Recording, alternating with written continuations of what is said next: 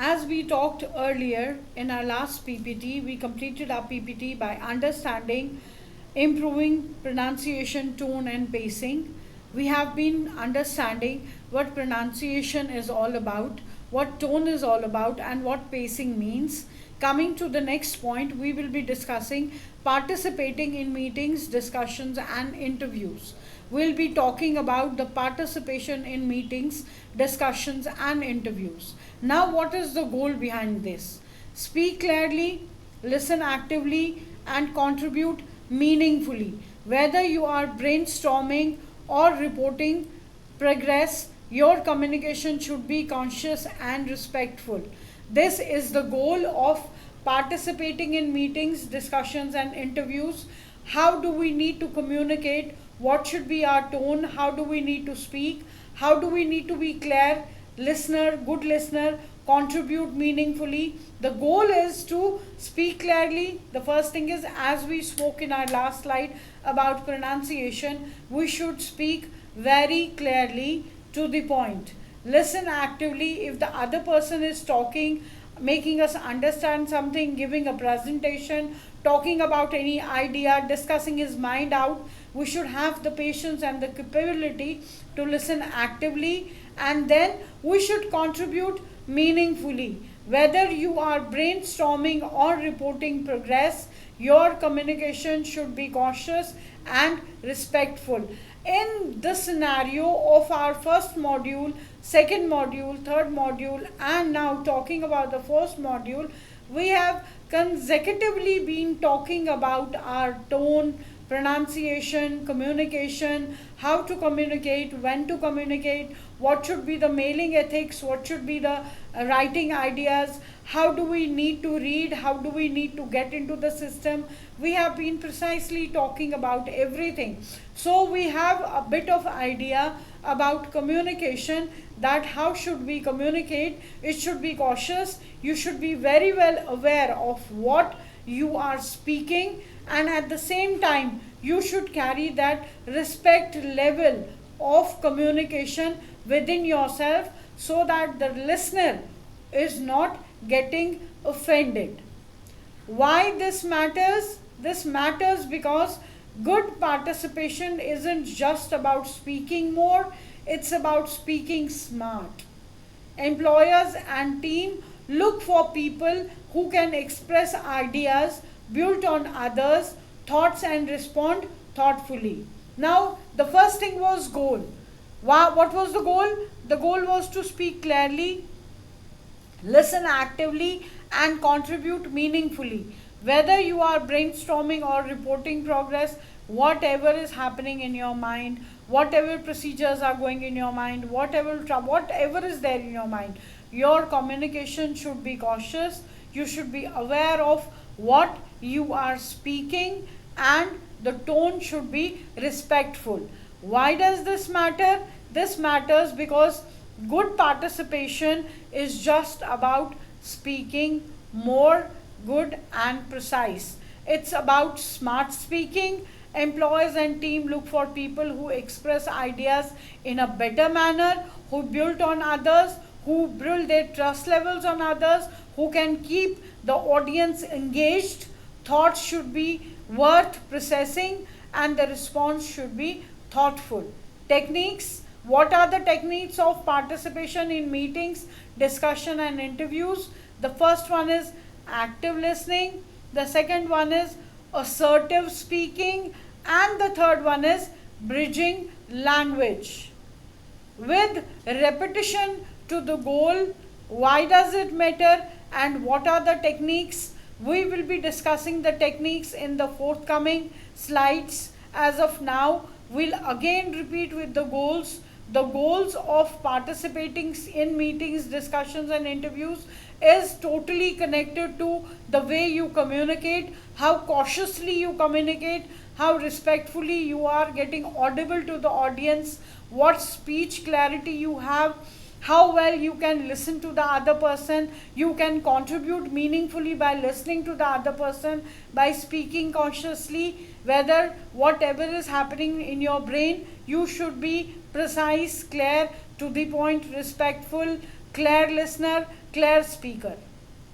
Why it matters? Good participation always gives a good feedback. You become a smart speaker. Your employees and team members get a good person who can express all the ideas to them in a very prompt and a proper manner. He is thoughtful and the response is awesome. Techniques are active listening, assertive speaking, and bridging language. Now, in the next PPT, we are going to take an explanation of the techniques. Talking about active listening. Active listening is just not hearing but understanding, engaging with the speaker's message. It is important for building trust and avoiding miscommunication. Repeating it with my soft and understanding language, I would say active listening is not only about sitting in the chair and listening to what the other person is saying. It is about understanding, getting engaged to the speaker, whatever he is trying to communicate. It is important to build a trust level and avoiding miscommunication. You have to listen with all your ears. You have to show engagement. You have to nod your head so that the other person feels comfortable in expressing more better ideas in a more better manner to the team. Lean slightly forward so that he thinks that yes, you are presentable, you are very much into the system, and avoid distractions. Many times when we are sitting and listening to somebody, we play with a pen, we move our hands, we keep on moving our heads. These are not ethics. What does the person who is getting interacted to you feel? That you are not lending your ears to the person. You are not an active listener. You are not listening to what he is saying, or you are not at all interested. So, nodding your head, keeping an eye contact, confirm with the speaker, leaning slightly forward, makes him feel comfortable and he thinks that yes, he is audible, at the same time he is getting attention. How to show active listening? Non-verbal cues. There are two types of cues. One are verbal, one are non-verbal. Verbal cues are by your mouth. Non-verbal cues are where you nod your head, where you maintain that eye contact with the other person who is speaking, where you lean slightly forward, and where you avoid distractions. Directly looking into the eyes of the speaker and not looking here and there gives a confidence to the person who is speaking that whatever is he saying, the other person is trying to understand it completely. It gives him confidence. What is verbal cue? Paraphrasing. So you are saying that we need more time to complete the task. Clarifying questions. Can you clarify what you mean by revised plan?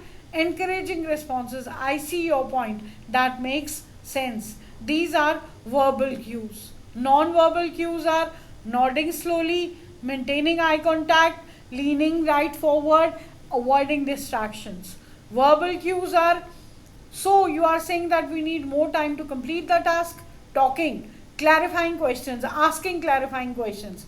Can you clarify what you mean by revised plan? Could you please clear it again to us so that the other person understands, okay, whatever I have been talking right now or till now, the listener is understanding very clearly. He is focused on whatever I am saying.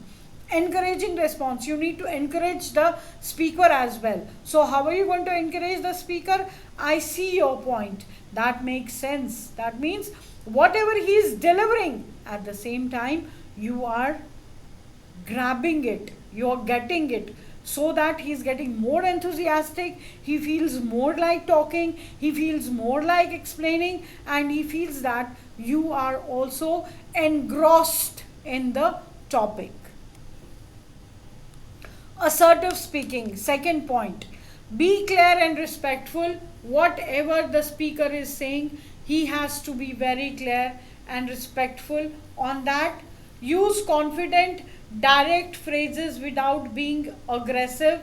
You don't have to show anger. You don't have to be aggressive in your tone, as we have been repeatedly talking about tones, even if we are good hearted, even if we have a relaxed mind, but when we sleep, a bit of aggression also can be not at all good for the health of our communication.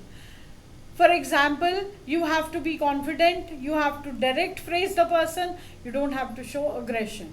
Example, I would like to add something from my perspective, let me clarify. These are certain points which show confidence, which show direct phrasing, and which do not at all show aggression. One is, I would like to add something. The other is from my perspective, from my point of view. And the third one is, let me clarify. What do we need to avoid? We need to avoid interrupting. We do not need to interrupt. बीच में नहीं बोलना है. No interruptions are required. Speaking too softly or vaguely. You don't need to be too soft at speaking. You don't need to be too vague at speaking. You need to avoid both these things. Micro activity, we are going for a micro activity. Give learners these 2 lines and ask which one is more assertive and why. Now, if you are giving 2 lines to the listener, don't answer on these lines. Let the listeners answer you on these lines and let them answer you by saying that which 2 lines are assertive. Maybe I am wrong, but I think, in my view, I believe that. These are the 2 lines. Now, which line is more assertive? Clear and respectful is assertive. Confident phrase is assertive. Not aggressive is assertive. In the 2 lines, I think the second line is more confident and direct. What is that line? In my view, I believe that. Why is not the first line assertive? Why? Maybe I'm wrong. You're being what do you say? You're being partial. Maybe I'm wrong, but maybe you want the other person to say no, you're not wrong. That should not be the way to speak. It should be direct. This line is not direct. Maybe I'm wrong is not direct. The second point, in my view, I believe that is confident, it's direct, and it's respectful. Bridging languages. The third point was bridging languages. What do we mean by bridging languages? We mean building an idea, use transactional phrases to connect with others, adding to what Priya said. That's a great point. I would just like to add, I see if a bit differently and we hear by why. So, bridging languages means building on ideas.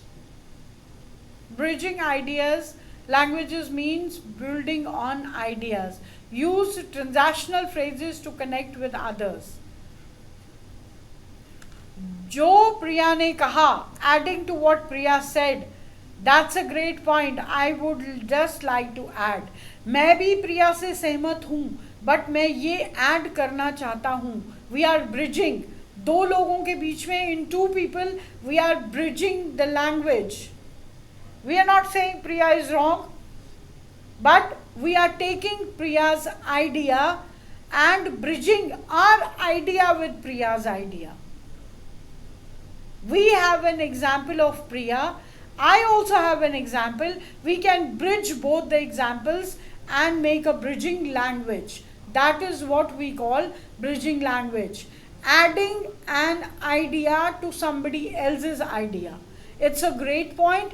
I would just like to add, and you can add accordingly. Now taking the example, real life example in a team meeting, which is instant.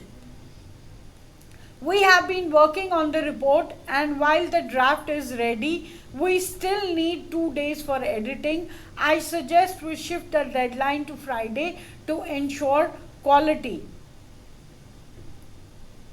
What are we analyzing in this? Clear, respectful, suggest a solution, not blaming anyone. Bridging the language. We are not breaking anything, we are just bridging. We have been working on the report. ऐसा नहीं है कि we were not working. But the draft is, till the time the draft gets ready and the editing takes place, I personally suggest that we shift the deadline to Friday and ensure quality. This is analyzing, clear vision, respectful response, suggesting a solution, and above all, not blaming anyone. Final thoughts on effective verbal communication. Be clear and cautious. जो भी whatever you are saying, you should be clear about it, and you should take the opportunity of saying right, which we talked about, SPEAR.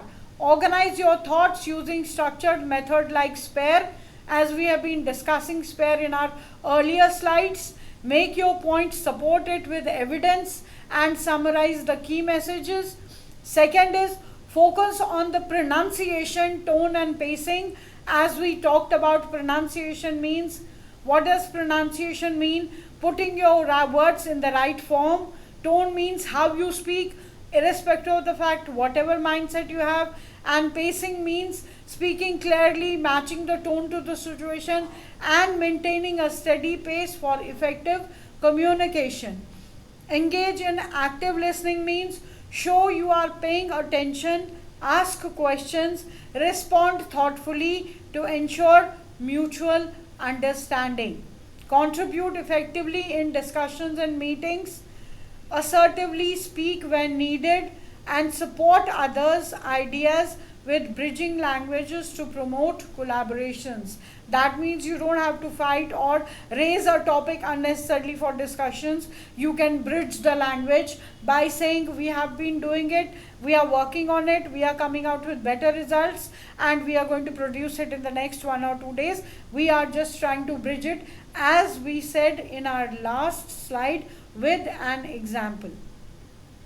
Again, giving it a brief, I would say SPEAR method works in clear and cautious, organizing your thoughts.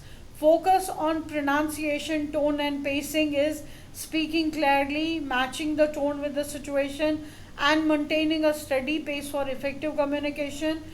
Engaging in active listening is showing you're paying attention, asking questions and responding thoughtfully. And fourth is contributing effectively in discussions, which means assertively speaking when needed and supporting others' ideas with bridging languages to promote collaborations.